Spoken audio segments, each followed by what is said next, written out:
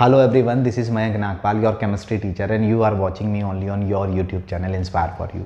Student, in our previous class we have already discussed Rutherford model and limitations of Rutherford model. In this class we will discuss here Bohr's model, which is advanced atomic model regarding atoms. यानी बच्चों, हम लोगों ने last class में Thompson model देखा था और उसके लिमिटेशंस को डिस्कस किया था. आज की क्लास में हम लोगों को बोहर्स मॉडल देखना है कि बोहर्स आए और बोहर्स ने किस तरीके से रदरफोर्ड की जो लिमिटेशंस बनी थी उनको रिमूव किया. तो चलिए स्टार्ट करते हैं बोहर्स मॉडल. तो बोहर्स मॉडल के लिए सबसे पहले कि बोहर्स मॉडल कब दिया गया था, तो इन 1912 में बोहर्स, नील बोहर ने ये मॉडल दिया था एटम के लिए. मींस जो लिमिटेशंस रह गई थी रदरफोर्ड के रिगार्डिंग, यहाँ पर वो लिमिटेशंस को रिमूव कर दिया गया था. तो इस मॉडल की जो पॉस्टुलेट थे, तो फर्स्ट पॉस्टुलेट क्या था, इन्होंने कहा कि जो इलेक्ट्रॉन होते हैं, electron revolve around the nucleus, electron revolve around the nucleus in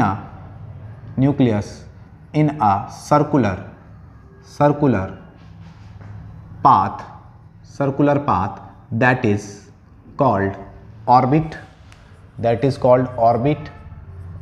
or discrete orbit.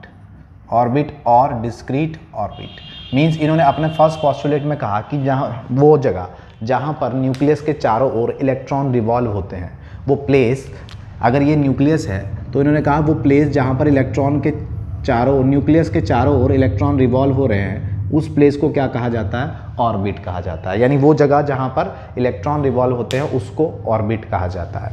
Second postulate में इन्होंने कहा कि energy of permissible orbit are fixed. Permissible orbits are fixed, and therefore these are called energy level. These are called energy level, stationary orbit, energy level, stationary orbit, and shell. Means इन्होंने कहा कि energy of permissible orbit are fixed, यानी जिस ये पहले point में कहा कि न्यूक्लियस के चारों ओर जहाँ पर इलेक्ट्रॉन रिवॉल्व हो रहे हैं, घूम रहे हैं, उसको क्या बोला जा रहा है, ऑर्बिट. और ऑर्बिट, इस ऑर्बिट की एनर्जी, हर उस जगह की एनर्जी जहाँ पर इलेक्ट्रॉन रिवॉल्व होते हैं उसे ऑर्बिट बोलते हैं, और हर उस जगह की एनर्जी फिक्स होती है. मींस सपोज करो इलेक्ट्रॉन यहाँ घूम रहे हैं तो इसका मतलब क्या है, ये ऑर्बिट है. फिर इलेक्ट्रॉन यहाँ भी रिवॉल्व हो रहे हैं तो इसका मतलब क्या है, ये भी ऑर्बिट है. ये फर्स्ट ऑर्बिट है और ये वाली सेकंड ऑर्बिट है. तो उन्होंने कहा कि जो फर्स्ट ऑर्बिट है, इस फर्स्ट ऑर्बिट की एनर्जी भी फिक्स है और इस सेकंड ऑर्बिट की एनर्जी भी फिक्स है. यानी हर ऑर्बिट की अपनी एक फिक्स एनर्जी होती है और उस फिक्स एनर्जी पर ही इलेक्ट्रॉन उस ऑर्बिट में रिवॉल्व होते हैं. हर ऑर्बिट की अपनी एक फिक्स एनर्जी होती है और उस फिक्स एनर्जी के साथ ही इलेक्ट्रॉन उस ऑर्बिट में रिवॉल्व होते हैं. और फिक्स एनर्जी होने के साथ इसको क्या बोला जाता है, इस ऑर्बिट को क्या बोला जाता है, या तो ऑर्बिट बोल दीजिए आप, इसको आप बोल सकते हो स्टेशनरी ऑर्बिट, इसको हम स्टेशनरी ऑर्बिट भी बोल सकते हैं. और स्टेशनरी ऑर्बिट बोलने के बाद हम इसको क्या बोल सकते हैं, एनर्जी लेवल्स भी बोल सकते हैं. एक्चुअल में ये एनर्जी लेवल्स हैं. यहाँ कुछ और एनर्जी है, यहाँ कुछ और एनर्जी है. अगर सपोज करते हैं एक जगह ये भी है जहाँ इलेक्ट्रॉन रिवॉल्व हो रहे हैं, तो ये भी, ये थर्ड ऑर्बिट है, ये फर्स्ट ऑर्बिट है, ये सेकंड ऑर्बिट है, थर्ड ऑर्बिट है. ये थर्ड जगह है न्यूक्लियस के चारों ओर जहाँ पर इलेक्ट्रॉन रिवॉल्व हो रहे हैं, तो ये थर्ड ऑर्बिट है, या हम कहेंगे ये थर्ड एनर्जी लेवल है. और इन ऑर्बिट एनर्जी लेवल के साथ साथ इनको क्या बोला जा सकता है, शेल. मीन्स ये फर्स्ट शेल है, ये सेकंड शेल है और ये थर्ड शेल है. ठीक है. थर्ड पॉस्टुलेट जो हम कवर करेंगे, हम कहेंगे these shells are designated by English letter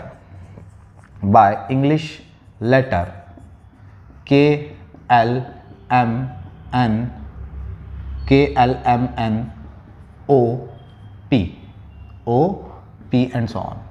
means उन्होंने कहा कि देखिए, अब इन्होंने इन तीन पॉस्टुलेट में क्या कहा, पहले मैं इन तीनों पॉस्टुलेट को यहाँ एक्सप्लेन करता हूँ.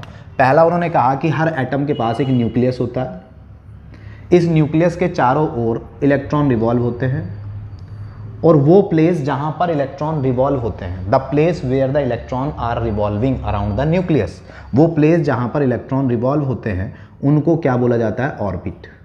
उनको क्या बोला जाता है, ऑर्बिट्स। ठीक है, अगर यहाँ इलेक्ट्रॉन यहाँ रिवॉल्व हो रहा है तो ये क्या है, ये भी ऑर्बिट है। नेक्स्ट पोस्टुलेट में कहा कि इन ऑर्बिट्स की एनर्जी क्या होती है, फिक्स। ये जो ऑर्बिट है यहाँ एनर्जी, इलेक्ट्रॉन जो घूम रहा है वो फिक्स एनर्जी के साथ घूम रहा है, इसलिए हर ऑर्बिट को स्टेशनरी ऑर्बिट भी बोला जा सकता है। हर ऑर्बिट को स्टेशनरी ऑर्बिट भी बोला जाता है, और स्टेशनरी ऑर्बिट के साथ साथ हम क्या बोल सकते हैं, एनर्जी लेवल बोल सकते हैं, और एनर्जी लेवल के साथ हम इनको शेल भी बोल सकते हैं।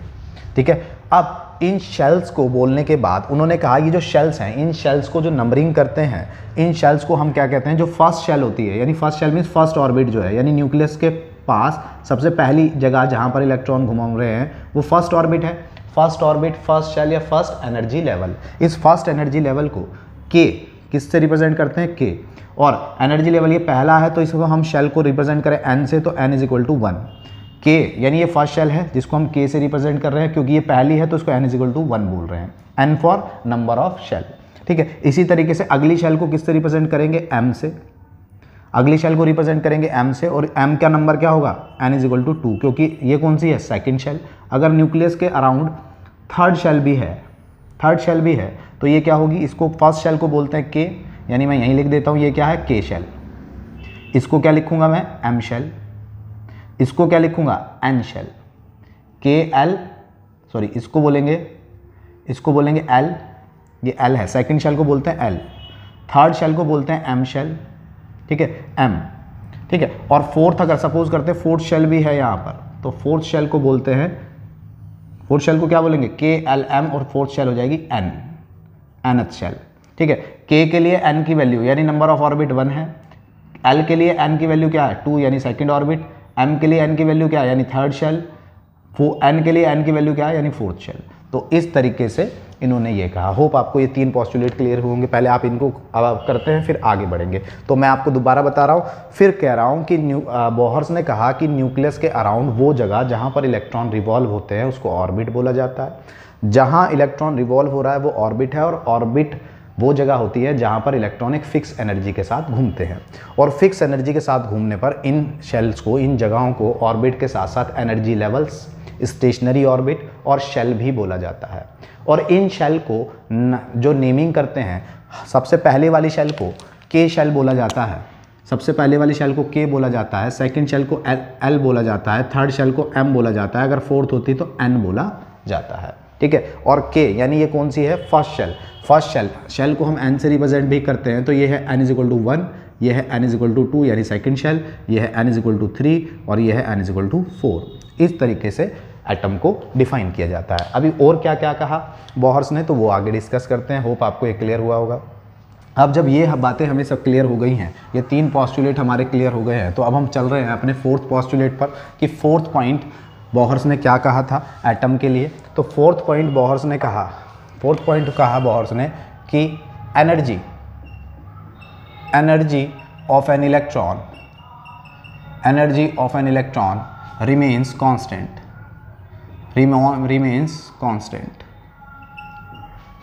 constant in a fixed orbit,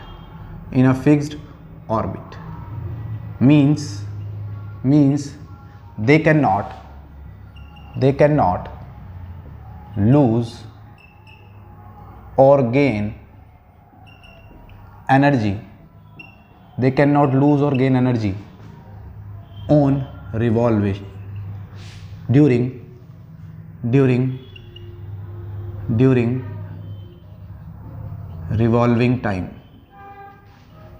revolving time।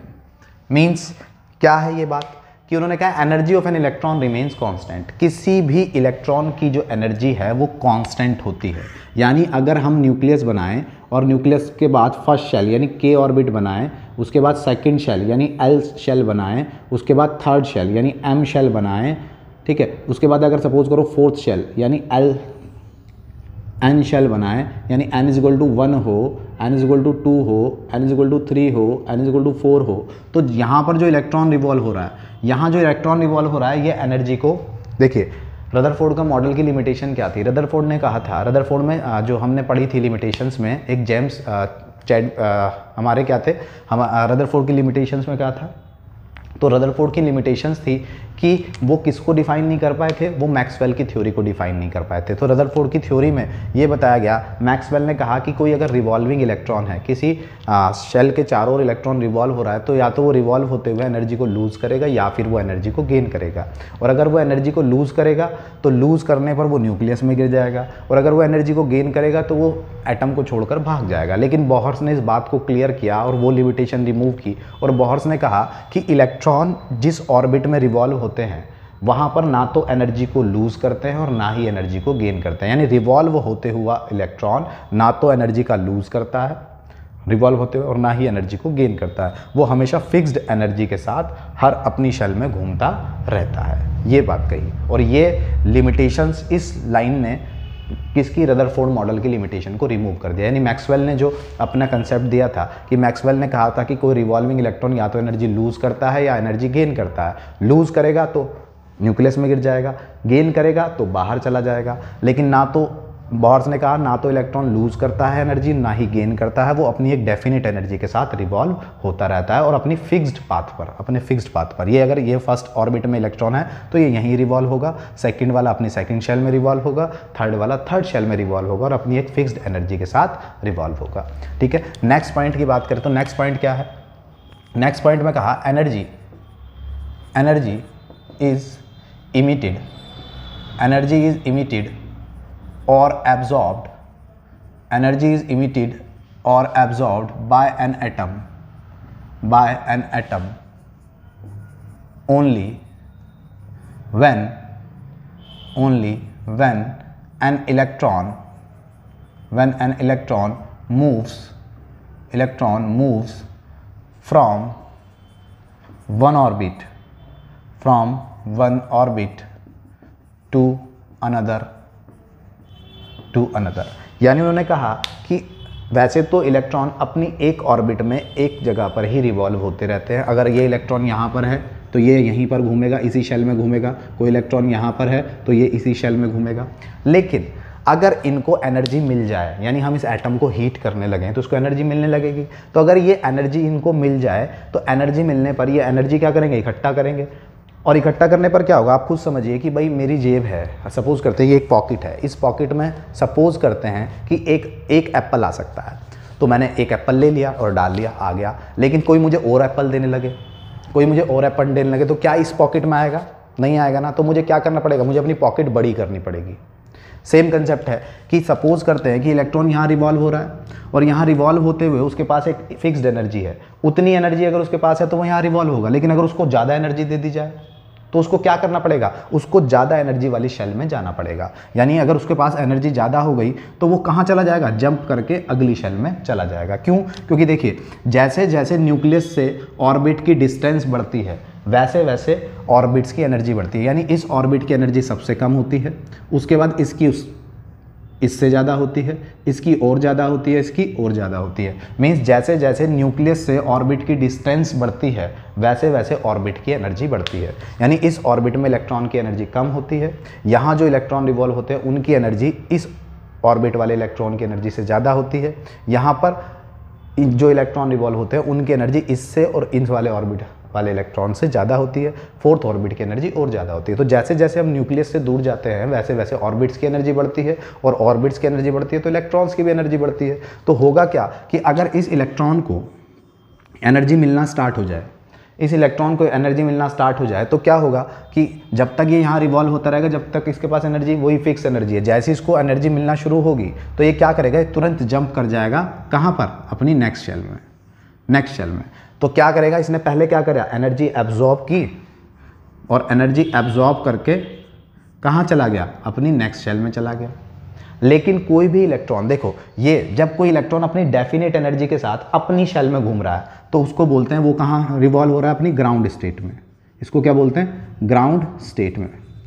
लेकिन उसको एनर्जी मिली और वो एनर्जी लेके, यानी वो एक्साइटेड हो गया और एक्साइटेड होके वो नेक्स्ट शेल में चला गया। तो ये उसकी कौन सी स्टेट है, फर्स्ट एक्साइटेड स्टेट। तो वो कहाँ चला गया, अपनी फर्स्ट एक्साइटेड स्टेट में। लेकिन अगर उसके पास अभी और एनर्जी उसको मिलती जा रही है तो वो क्या करेगा, वो यहाँ से भी जंप करके यहाँ चला जाएगा।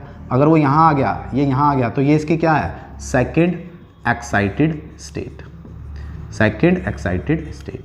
तो इस तरीके से जब इलेक्ट्रॉन अपनी लोअर एनर्जी लेवल से हायर एनर्जी में जाता है तो एनर्जी को क्या करता है, एब्जॉर्ब, एनर्जी को क्या करता है, एब्जॉर्ब। जब एनर्जी एब्जॉर्ब करेगा तभी तो हायर एनर्जी में जाएगा। लेकिन कई बार क्या होता है, इसके बाद जब ये अपनी एक्साइटेड स्टेट में चला जाता है तो कोई भी इलेक्ट्रॉन अपनी एक्साइटेड स्टेट में ज़्यादा देर तक नहीं रह सकता, उसको वापस अपनी ग्राउंड स्टेट में ही आना होता है। फॉर एग्जाम्पल एक्साइटेड स्टेट, हम अपने से एग्जाम्पल लगाएं तो हम कह सकते हैं कि अगर मुझे बहुत ज़्यादा गुस्सा आ रहा है तो कोई मुझे क्या कहेगा कि ये भाई ये तो बहुत अपनी एक्साइटेड स्टेट में है, तो क्या मैं पूरे दिन गुस्सा रहूँगा, पूरे साल गुस्सा रहूँगा? नहीं हो सकता ना। मैं घंटा 2 घंटा गुस्सा आएगा और उसके बाद मैं नॉर्मल, मुझे वापस मैं नॉर्मल हो जाऊंगा। तो सेम कंसेप्ट है कि इसके पास एनर्जी, जब गुस्सा था तो मुझ में एनर्जी ज़्यादा थी, मैं वो एनर्जी किसी पर अप्लाई कर रहा हूँ, या तो उसको गालियाँ दे के, या उसको डांट के, या उसको मार के। उसके बाद थोड़ी देर बाद मैं अपनी ग्राउंड स्टेट में आ जाऊँगा, मैं नॉर्मल हो जाऊँगा। सेम कंसेप्ट है, इसके पास एनर्जी थी तो ये अपनी एक्साइटेड स्टेट में चला गया, और एनर्जी मिली और एक्साइटेड स्टेट में चला गया। लेकिन कुछ देर बाद इसको वो एनर्जी छोड़नी पड़ेगी और ये अपनी वापस अपनी ग्राउंड स्टेट में आएगा। तो इलेक्ट्रॉन क्या करता है कि जब वो अपनी एक्साइटेड स्टेट में पहुँच जाता है तो वो अपनी ग्राउंड स्टेट में वापस आता है। और अगर जब वो अपनी ग्राउंड स्टेट में वापस आएगा तो इस बार क्या करेगा, जो एक्स्ट्रा एनर्जी थी जो इसकी वजह से वो बाहर गया था, वो एनर्जी रिलीज कर देगा। वो क्या कर देगा, एनर्जी इमिट कर देगा, एनर्जी इमिट कर देगा। तो इस केस में 2 तरीके के क्या बनते हैं, स्पेक्ट्रम बनते हैं। एक को बोलते हैं इमिशन स्पेक्ट्रा। जब ये वाला केस बनता है तो इसको बोलते हैं इमिशन स्पेक्ट्रा, जो आप हायर क्लासेस में पढ़ोगे, इमिशन स्पेक्ट्रा। और जब वो अपनी एनर्जी एब्जॉर्ब करके हायर एक्साइटेड स्टेट में जाता है तो उसको बोलते हैं एब्जॉर्प्शन स्पेक्ट्रा। तो 2 तरीके के क्या होते हैं, स्पेक्ट्रा बनते हैं, जो कि आप 11th में दोबारा इस कंसेप्ट को डिस्कस करेंगे। ठीक है, तो ये हुआ। इसके बाद अगला पॉइंट अगर हम देखें तो कहता है electron in different shell is having different energy, ये भी एक पॉस्टुलेट है कि ये क्या है, ये मैं आपको बता चुका हूँ कि हर शेल की अपनी एक फिक्स एनर्जी होती है। इस शेल में जो इलेक्ट्रॉन घूम रहा है वो अपनी एक फिक्स एनर्जी के साथ घूम रहा है। यहाँ पर एनर्जी कुछ और है, यहाँ पर एनर्जी कुछ और है, इस शेल की एनर्जी कुछ और है। और जैसे जैसे न्यूक्लियस से दूर जाते हैं वैसे वैसे एनर्जी क्या होती है, बढ़ती है। ठीक है, और जब इलेक्ट्रॉन, ये वाली लाइन हम लिख लें, when electron jump from lower to higher energy shell, when electron jump from lower to higher energy shell, energy level, it absorb energy। मैंने अभी भी बताया कि जब वो अपनी लोअर एनर्जी से हायर एनर्जी में जंप करेगा तो वो एनर्जी को एब्जॉर्ब करेगा, और उस केस में कौन सा स्पेक्ट्रा बनेगा, एब्जॉर्प्शन स्पेक्ट्रा। और अगला केस क्या है कि अगर वो अपनी हायर एनर्जी से लोअर एनर्जी में आएगा, हायर से लोअर में आएगा तो क्या होगा, it release energy. It means electron when it jumps from higher to lower energy level, जब वो हायर से लोअर एनर्जी लेवल में आएगा तो क्या होगा, एनर्जी को इमिट करेगा, बाहर छोड़ेगा, और उस समय जो स्पेक्ट्रा बनेगा वो होगा इमिशन स्पेक्ट्रा। तो इस तरीके से बोहर्स ने रदरफोर्ड की सारी लिमिटेशंस को दूर कर दिया। तो रदरफोर्ड की पहली लिमिटेशन थी कि वो मैक्सवेल थ्योरी को एक्सप्लेन नहीं कर पाए थे। और मैक्सवेल थ्योरी क्या कहती है कि अगर कोई इलेक्ट्रॉन एक जगह घूम रहा है तो घूमते हुए या तो वो एनर्जी लूज़ करेगा या एनर्जी गेन करेगा। लूज़ करेगा तो एटम को छोड़ के बाहर, लूज़ करेगा तो न्यूक्लियस में गिर जाएगा, गेन करेगा तो एटम को छोड़ के बाहर चला जाएगा। लेकिन बोहर्स ने कहा कि जब इलेक्ट्रॉन किसी एनर्जी लेवल पर घूम रहा होता है अपनी फिक्स्ड ऑर्बिट में, तो वो फिक्स्ड एनर्जी के साथ घूमता है, और घूमते समय वो ना तो एनर्जी को लूज़ करता है और ना ही गेन करता है। इसलिए इलेक्ट्रॉन घूमता रहता है और इसलिए एटम क्या है, स्टेबल। दैट्स वाई फाइनली क्या कहा उसने कि एटम इज स्टेबल। एटम क्या है, स्टेबल होता है। क्योंकि वह ना तो एनर्जी को लूज़ करता है ना ही एनर्जी को गेन करता है। वो एनर्जी को गेन तब करेगा जब उसको एनर्जी दी जाएगी, और वो गेन करके अपने ग्राउंड स्टेट से वो अपनी एक्साइटेड स्टेट में चला जाएगा। पहले वो अपनी फास्ट एक्साइटेड स्टेट में चला जाएगा, अगर उसको और एनर्जी मिली तो वो सेकंड में, उसके और एनर्जी मिली तो थर्ड में, और एनर्जी मिली तो फोर्थ में, सो ऑन, इस तरीके से। और अगर बहुत ज़्यादा मिली तो वो एटम को छोड़कर तब बाहर जा सकता है। इसी तरीके से अगर वो अपनी फर्स्ट सेकंड थर्ड फोर्थ किसी ऑर्बिट में है तो वो एनर्जी को लूज़ करके अंदर आएगा, और उस समय एनर्जी लूज़ करेगा और उसे इमिशन स्पेक्ट्रा बनेगा। और एटम न्यूक्लियस के चारों ओर जहाँ पर इलेक्ट्रॉन रिवॉल्व होते हैं उसको ऑर्बिट बोलते हैं। फर्स्ट ऑर्बिट को K से रिप्रेजेंट करते हैं, सेकंड ऑर्बिट को L से रिप्रेजेंट करते हैं, थर्ड ऑर्बिट को M से रिप्रेजेंट करते हैं, और फोर्थ ऑर्बिट को N से रिप्रेजेंट करते हैं। n इज इक्वल टू 1 क्योंकि ये फर्स्ट ऑर्बिट है, L की value n is equal to 2 होती है क्योंकि ये सेकंड ऑर्बिट है, M की value n is equal to 3 होती है क्योंकि ये थर्ड ऑर्बिट है, और N की value n is equal to 4 होती है क्योंकि ये फोर्थ ऑर्बिट है। हालांकि बोहर्स मॉडल की भी कुछ लिमिटेशंस थी जो कि आप हायर क्लासेस में पढ़ेंगे, क्योंकि क्या थी तो मैं अभी केवल लिख नहीं रहा हूँ, बोल रहा हूँ, आप 11th में इस बात को पढ़ेंगे कि ये सिंगल इलेक्ट्रॉन सिस्टम के लिए एप्लीकेबल था।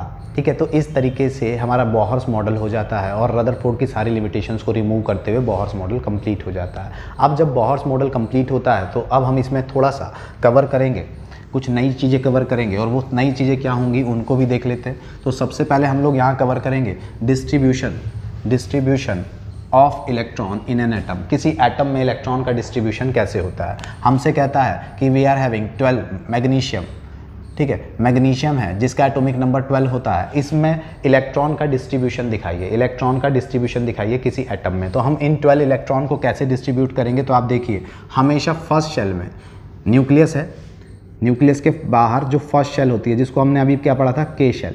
ये जो के शेल होती है, मैं यहाँ लिख देता हूँ, के शेल जो होती है, या हम इसे कहें ये K shell n is equal to कितना होता है 1। इसमें हमेशा आपको पता होना चाहिए कि के शेल में कितने इलेक्ट्रॉन रह सकते हैं, मैक्सिमम इलेक्ट्रॉन कितने रहते हैं 2।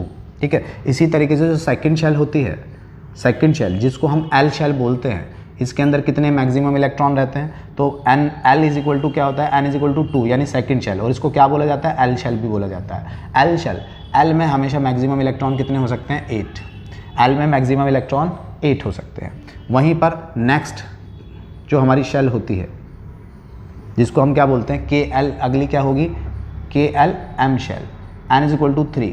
ठीक है, तो वहाँ भी होते तो 18 है लेकिन 18 इलेक्ट्रॉन नहीं रख पाते हैं, इसलिए हम M में KL M में कितने रखेंगे, वहाँ भी हम कितने रखेंगे 8। ठीक है, इस तरीके से इलेक्ट्रॉन फिल करते हैं, और उसके बाद 18, उसके बाद नेक्स्ट ऑन। ठीक है, मैक्सिमम इलेक्ट्रॉन्स हैं ये आपको पता होना चाहिए। अब हमसे कहता है, क्वेश्चन देख लेते हैं, हमसे कहता है मैग्नीशियम में का इलेक्ट्रॉन डिस्ट्रीब्यूशन दिखाइए, इलेक्ट्रॉन डिस्ट्रीब्यूशन दिखाइए कि आप इलेक्ट्रॉन को कैसे डिस्ट्रीब्यूट करोगे। तो इलेक्ट्रॉन डिस्ट्रीब्यूशन को अगर हम शो करें, यहाँ पर इलेक्ट्रॉन डिस्ट्रीब्यूशन को शो करें तो बच्चों कैसे कर सकते हैं, हम सबसे पहले न्यूक्लियस दिखाएंगे, न्यूक्लियस के बाद फर्स्ट शेल दिखाएंगे, फर्स्ट शेल मीन्स के शेल जिसकी n की वैल्यू कितनी है 1। इस के शेल में मैंने कहा मैक्सिमम कितने इलेक्ट्रॉन आ सकते हैं 2, तो हम 2 इलेक्ट्रॉन, एक इलेक्ट्रॉन ये रहा, एक इलेक्ट्रॉन ये रहा, फर्स्ट शेल फिल हो गई। फर्स्ट शेल में हमेशा 2 ही इलेक्ट्रॉन फिल करने हैं। सेकंड शेल, सपोज करते हैं ये सेकंड शेल है जिसको हम क्या कहते हैं L शेल है ये। ठीक है, इसकी n की वैल्यू क्या होती है 2, सेकंड शेल है इसलिए 2 बोला, और हमने कहा L में मैक्सिमम कितने आ सकते हैं 8, तो हमने 8 फिल कर दिए, हमने 8 इलेक्ट्रॉन फिल कर दिए। ठीक है, अब 8 इलेक्ट्रॉन फिल करने के बाद कितने हो गए, 2 फिल यहाँ करे, 8 यहाँ फिल करे, 10 इलेक्ट्रॉन फिल कर दिए। मैग्नीशियम का एटॉमिक नंबर 12 होता है तो इसमें इलेक्ट्रॉन भी कितने होते हैं 12 ही होते हैं, तो 8, 2 और 8 10 इलेक्ट्रॉन तो हम फिल कर चुके हैं। बचे हुए इलेक्ट्रॉन कहाँ जाएंगे, थर्ड शेल में। तो जब बचे हुए इलेक्ट्रॉन थर्ड शेल में जाएंगे तो हमारे पास कितने इलेक्ट्रॉन बचे हैं, भाई हमने 2 फिल कर दिए प्लस 8, 2 यहाँ फिल कर दिए, 8 यहाँ फिल कर दिए, तो 10 तो हमने यूज़ कर लिए, और हमें टोटल कितने इलेक्ट्रॉन फिल करने हैं 12, तो 2 इलेक्ट्रॉन बचे हैं हमारे पास, तो 2 इलेक्ट्रॉन थर्ड शेल में चले जाएंगे। This is the electron distribution of magnesium. इस तरीके से इलेक्ट्रॉन का डिस्ट्रीब्यूशन करेंगे मैग्नीशियम का। सर किसी और एलिमेंट का करके दिखाइए। चलिए क्लोरीन का करते हैं जिसका एटॉमिक नंबर 17 होता है और इसमें इलेक्ट्रॉन्स जो होते हैं वो भी 17 होते हैं। तो 17 इलेक्ट्रॉन्स को कैसे, फर्स्ट शेल में कितने आएंगे 2, तो हमने यहाँ भर दिए 2। सेकेंड शेल में कितने आएंगे मैक्सिमम 8, तो हम यहाँ 8 फिल कर देते हैं, हमने यहाँ 8 फिल कर दिए। ठीक है, 8 फिल करने के बाद अब क्या होगा कि अब 8 फिल करने के बाद हमारे पास 2 और 8 10 तो हमने फिल कर लिए, और हमें कितने फिल करने हैं 17, यानी 8 फिल कर चुके हैं, 2 फिल कर चुके हैं यहाँ, 8 फिल कर चुके हैं यहाँ, यानी 10 इलेक्ट्रॉन फिल कर चुके हैं और 7 और फिल करने हैं। थर्ड शेल में कितने आ सकते हैं 8, और हमारे पास बचे कितने हैं 7, तो 7 इलेक्ट्रॉन हम थर्ड शेल में फिल कर देंगे, 4 5 6 कहीं भी कर दें 7। तो ये है electron distribution of chlorine. Hope आपको क्लियर हो रहा होगा। आपसे कहता है इलेक्ट्रॉन डिस्ट्रीब्यूशन ऑफ कैल्शियम दिखाइए, कैल्शियम का इलेक्ट्रॉन डिस्ट्रीब्यूशन दिखाइए। कैल्शियम का एटॉमिक नंबर 20 होता है और उसमें इलेक्ट्रॉन्स भी 20 होते हैं। तो 20 करने के लिए हम सबसे पहले फर्स्ट शेल में 2 भरेंगे, फिल कर दिए। सेकंड शेल में 8 भरेंगे, फिल कर दिए। 2 और 8 10 हो गए। अब थर्ड शेल में कितने भरेंगे 8, तो कर देते हैं यहाँ भी। लो जी हो गए यहाँ पर 8 इलेक्ट्रॉन हमने यहाँ फिल कर दिए। 2 8 10 10 और 8 18 इलेक्ट्रॉन फिल हो चुके हैं। हमें कितने इलेक्ट्रॉन फिल करने हैं 20। तो 20 फिल करने के लिए हमारे पास नेक्स्ट शेल आएगी और नेक्स्ट शेल में कितने बचे हैं हमारे पास 18 तो हमने फिल कर लिए हैं। हमारे पास 20 इलेक्ट्रॉन है तो 2 इलेक्ट्रॉन यहाँ आ जाएंगे। तो इलेक्ट्रॉन डिस्ट्रीब्यूशन क्या होगा, के में हमने कितना भरा 2, ये के शेल थी। एल में कितना भरा 8, ये वाली एम शेल थी। एम में कितना भरा फिर दोबारा 8 और ये वाली क्या थी एन शेल, इसको क्या बोलेंगे एन शेल। और ये एन शेल में हमने कितना इलेक्ट्रॉन भरा 1 और 1 2, तो एन में भरा 2। तो this is the electron distribution of calcium. Calcium का इलेक्ट्रॉन डिस्ट्रीब्यूशन है, स्ट्रक्चर ये है और ऐसे दिखाएंगे। वहीं पर अगर मैं क्लोरीन के लिए बात करूं तो क्लोरीन के लिए के में हमने कितने भरे थे 2, एल में हमने कितने भरे थे 8, एम में हमने कितने भरे थे 7। तो this is the electron distribution of chlorine. ठीक है, तो इस तरीके से हम इलेक्ट्रॉन डिस्ट्रीब्यूशन कर लेते हैं। एक बार आप इसका स्क्रीनशॉट लो, उसके बाद एटॉमिक नंबर और मास नंबर भी यहीं कवर करते हैं। देखिए आप इसको, ये आपको एक मैं कंडीशन और बता देता हूं कि आपको एक नोट बनाकर कहीं पर लिख लीजिए कि आपसे कहता है कि किसी शेल में आपको इलेक्ट्रॉन फाइंड करने हैं। तो किसी आपसे कहता है n is equal to 4, n is equal to 4 का मतलब KLMN, एन शेल है ये, nth शेल। nth शेल का मतलब एक एटम है, ठीक है, इसका न्यूक्लियस है, first shell, second shell, third shell और ये है फोर्थ शेल। आपसे कहता है फोर्थ शेल में बताइए मैक्सिमम इलेक्ट्रॉन्स कितने आ सकते हैं। इस वाली शेल में कितने मैक्सिमम इलेक्ट्रॉन्स आ सकते हैं, मिनिमम नहीं मैक्सिमम। तो maximum number of maximum electrons in a shell, ये फॉर्मूला मैं आपको बता रहा हूँ, number of maximum electrons in a shell. अगर आपको किसी भी शेल में पता करना है कि मैक्सिमम कितने इलेक्ट्रॉन भरे जा सकते हैं, तो number of maximum electron in a shell find करने का फॉर्मूला होता है 2n स्क्वायर। जैसे वो हमसे कहा कि भाई ये फर्स्ट शेल है, फर्स्ट शेल में बताओ कितने इलेक्ट्रॉन होंगे, और फर्स्ट शेल को n इज इक्वल टू क्या बोलते हैं 1। तो देखो फर्स्ट शेल में कितने इलेक्ट्रॉन होंगे, ये फॉर्मूला लगा दो। मैक्सिमम कितने आ सकते हैं, मैक्सिमम कितने आ सकते हैं 2, n की वैल्यू कितनी है 1, 1 का स्क्वायर करूंगा तो क्या आएगा 1 ही आएगा। तो 2 × 1 इज इक्वल टू 2, यानी फर्स्ट शेल में मैक्सिमम 2 आते हैं, 2 इलेक्ट्रॉन्स ही आ सकते हैं। आपसे पूछे भाई बताइए सेकंड शेल में मैक्सिमम कितने इलेक्ट्रॉन्स आ सकते हैं, तो आप क्या लिखेंगे, फिर दोबारा फॉर्मूला लगाएंगे 2n स्क्वायर। 2 सेकंड शेल के लिए n की वैल्यू कितनी रखोगे 2, तो 2 का स्क्वायर, तो ये हो जाएगा 2 × 4, 2 का स्क्वायर 4 यानी 8। तो सेकंड शेल में मैक्सिमम इलेक्ट्रॉन, मैक्सिमम, मिनिमम तो हम डिपेंड करता है हमारे पास कितने हैं, ठीक है, मैक्सिमम 8 इलेक्ट्रॉन आ सकते हैं। आपसे पूछा जाए थर्ड शेल में मैक्सिमम कितने आ सकते हैं, थर्ड शेल में मैक्सिमम कितने आ सकते हैं, तो आप निकालिए n इज इक्वल टू आपको तो 3, तो आप लगा दीजिए फॉर्मूला 2n स्क्वायर।